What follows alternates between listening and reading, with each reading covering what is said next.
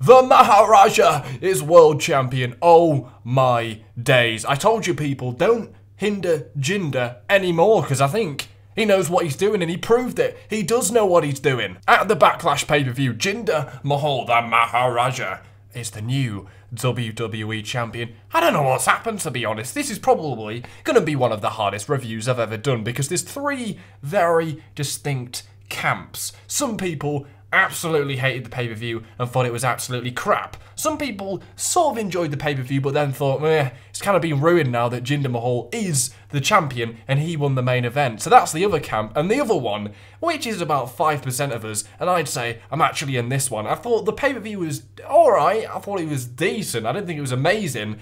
And I actually quite like the fact Jinder Mahal's the world champion.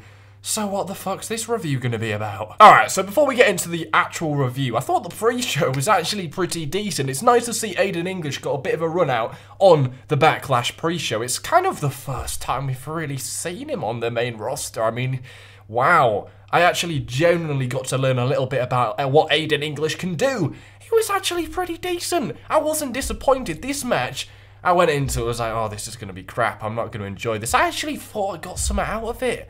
I actually quite enjoyed it. It was actually better than some of the actual matches on the full show, which is quite surprising. Now, I'm not a huge fan of Ty Dillinger. I don't really get him that much. I don't get why people like him that much. I thought Aiden English was pretty impressive. This match was decent. It was solid. A lot better than what I expected. And it was on the pre-show. They gave it away for free. So that's my thoughts on the pre-show. Let's move on to the matches. Okay, so the pay-per-view starts with Shinsuke Nakamura finally making his bloody debut. He debuted on My Universe mode before he debuted on SmackDown Live. What's all that about? But apparently, he's now called The Artist. So the Artist, Shinsuke Nakamura, gets the win over Dolph Ziggler. We waited for 5 weeks for that match. It was okay. I thought it was solid. It was kind of what I expected. I feel like if Dolph Ziggler had done this match 3 years ago, though, it would have been a lot better. I don't really know what's happened to Dolph Ziggler. It feels like he's kind of taken a step back and doesn't really care that much anymore. I feel like if he did this match 3 years ago, it would have been way better. It was alright. It was slightly boring, especially the first half of the match. Once Nakamura kind of got into it and started doing his strikes, which looked pretty good, by the way, the match kind of got going a bit, but it took a while to get going. I was kind of surprised it started the pay-per-view, but then when it finished, I was like, yeah, that was kind of a good way to start the pay-per-view. It started slowly, but it did get going in the end. Was it worth waiting 5 weeks? Not really. So Nakamura gets his win. His debut match, he gets the win, which of course is the best decision. Why would Dolph Ziggler win? Why would he win? Nakamura had a lot to prove, wins his debut match. What are they going to do with him next? Hopefully, this feud is over and done with, because I can't be asked to see another segment between Dolph Ziggler and Nakamura in the middle of the ring. We don't want to see that. Hopefully, that is that. Shebang, Nakamura gets the win. Solid match. It was alright. What's happened to Dolph Ziggler? He used to put on 5-star matches. Now, they're about 3.5. The SmackDown Tag Team Championship match. The Usos walk out, still the Tag Team Champions, which I thought was pretty obvious. Some people thought that Breezango were going to win the titles. I think they will win the titles, just not yet, people. You could clearly see by this match, they're not really that ready for the Tag Team titles. It was actually a pretty decent match. It was one of the best matches of the night. Very entertaining. I didn't really get half of it. I mean, Tyler Breeze had a mop, then he was a grandma. I guess he was kind of in disguise or something like that. It was quite funny. It was kind of weird. I mean, it was so weird, it was actually quite funny. That's what I got out of it. And I think the funniest part of the whole match was when the Usos, one of them was trying to go for his splash, and Tyler Breeze just kept rolling out of the way. That was very, very funny. It was quite a fast-paced match. Quite enjoyed it. I think the best person in the match was Fandango. He really shined tonight. Solid match, and I think the reason I liked it was because it was a lot better than I thought it was going to be. We didn't get new champions, but we didn't need to get new champions. It was a decent, solid match. The Usos hold on to the titles. Are we going to get a rematch? I think we're going to get a rematch. It's suggested at the end of the match, we are going to get a rematch between these two, and maybe, possibly, they will then win the tag team titles. What do you guys think about this match? So the Usos escape for another day. Will they be escaping the next time? Who knows? Quite a funny match. a lot better than I thought it was going to be. So the next match we got was Baron Corbin against Sami Zayn. It was pretty decent. I don't really remember any highlights of this match, to be honest. The only thing I remember is when Sami Zayn hit his haluva kick out of nowhere and gets the win. And I quite like that finish because at the end of the day, it's a bit of a mismatch. Baron Corbin should have won this match, but you can't defend a haluva kick out of nowhere. So there you go, that's how Sami Zayn gets his win. I'd like to see these two have another match between each other because I think they could put on another great match. But at the end of the day, what does it mean? What does it mean? Is this just giving people wins before the Money in the Bank pay-per-view? I think it is. Where does Sami go from this? Are we going to get a rematch? I don't really know what it does for both of them. Yeah, it was a decent match. One of the best matches on the show, but what does it do? I don't really know what it does. Okay, so the most pointless match on the card was Natalya, Carmella, Tamina against Becky Lynch. What was she doing with that hair? It was terrible. Charlotte, and then we had the women's champion, Naomi. Now, why is the women's champion defending the women's championship on the SmackDown Live exclusive pay-per-view Backlash? I don't really know, because we got this shit match, which meant absolutely nothing. Absolutely nothing. I don't care. I didn't care about the match. I didn't enjoy it one bit. I thought it was very, very, very boring. And I don't even care that the welcoming committee won. I just don't give a shit at all. The only reason I could care is if they put all 6 of these women in a SmackDown Live Women's Money in the Bank match. That's what would be bloody exciting, but will they do that? Of course they're not going to do that, because that actually sounds quite fun. They don't seem to know how to book the women on SmackDown Live anymore. What was this? This was just really boring. Just didn't do anything. It was trash. Huge waste of time. Went on for way too long as well. Who even cares? Do you care? I don't care. United States Championship match between Kevin Owens against AJ Styles. Quite enjoyed the ending to this match. Some people didn't. I thought it was quite unique how he just got his foot stuck in the announcer's table. I thought that was quite funny, but also quite original. It's been quite a while since we got an original ending that wasn't just like a count out or a disqualification or something like that. The fact he actually got his foot stuck in the announcer's table was original. I liked it. Did you guys like it? I thought it was quite funny. But at the end of the day, this was a very good match, but I feel like they could have put on a better match. I mean, we've got AJ Styles, who can't seem to put on a bad match, and we've got Kevin Owens, who is one of the best wrestlers in the world, alongside AJ Styles. But they could have put on a much better match. I enjoyed AJ Styles' match against Shane McMahon, his matches against John Cena, a lot more than this one. I kind of feel like Kevin Owens has gone off the boil a bit. You remember when he came in and faced John Cena in his debut match and won? If you look at how good that match was compared to the matches he puts on now, it's quite a huge comparison between how good they used to be and how good they are now. I don't know what's happened. Does he take his foot off the gear a little bit? He used to put on 5-star matches. Now they just sort of get the job done, but I feel like he can put on much better ones. I feel like we're definitely going to get a rematch where AJ will eventually win the title, which does sound like a good idea. At the end of the day, it did get the job done. A solid match.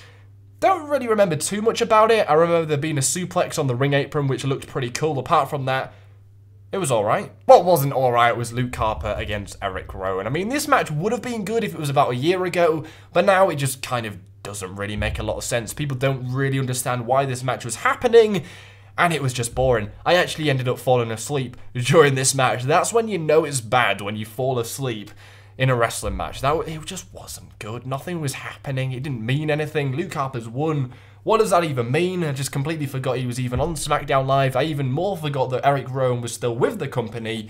I don't know. This was just a bit crap. It was huge. It was just there to fill time, really. It really was there to fill time. So what did you guys think about this match?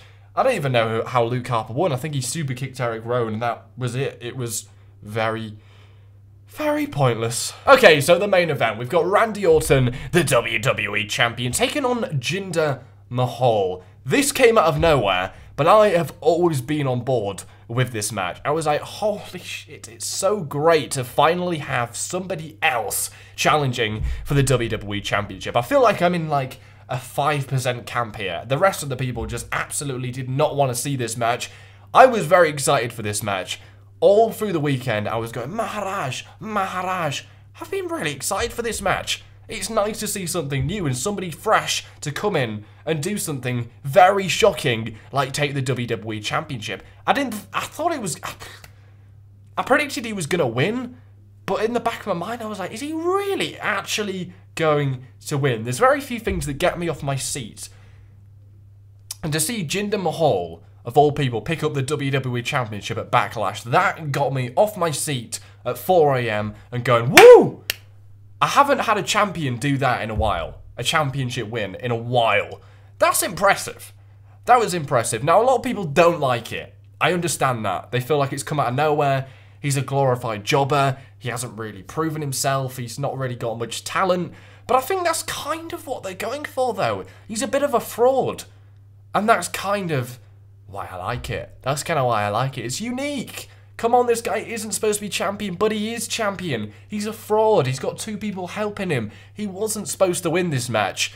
But that's kind of the story they're trying to tell. And I quite like that. Now, who thought we were going to have Jinder Mahal main event a pay-per-view against Randy Orton for the WWE title in 2017? Now, SmackDown Live is definitely the land of opportunity. I like that as well. The match itself is okay. It was exactly what I expected it to be. I didn't think it was going to be amazing because we haven't really seen a lot of Jinder to realise what he can kind of do. He is improving day by day, which is nice to see.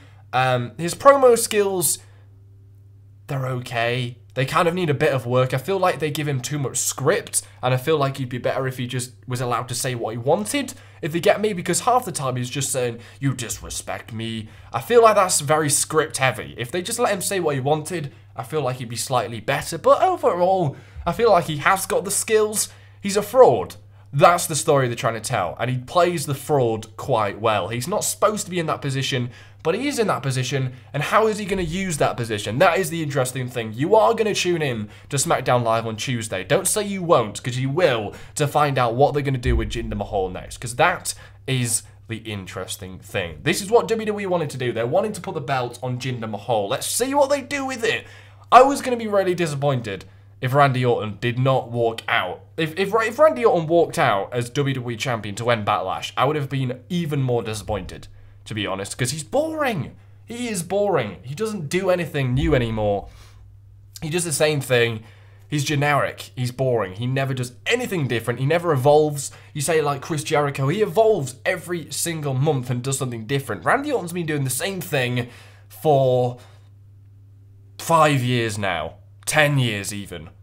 And it's nice to see something different. I was going to be disappointed if the world champion walked out as the world champion. That's when you know it's a bad champion. That's my opinion. That might not be your opinion though. But I think it's new. I think it's interesting. What is Jinder Mahal going to do? You don't know what he's going to do next. It's nice to have a new world champion. Everybody's shocked. I like the shock. Some people don't like the shock. They think it's crap. They don't want to see him as champion. I enjoyed the shock because I was happy. I was like, wow, that got me off my seat. I wasn't expecting that, and it's great. But what did you guys think? The main event wasn't amazing by any chance. I thought when the Bollywood boys, the Singh brothers got involved, that was quite enjoyable. It kind of flashed me back to the J&J security days, which was quite funny.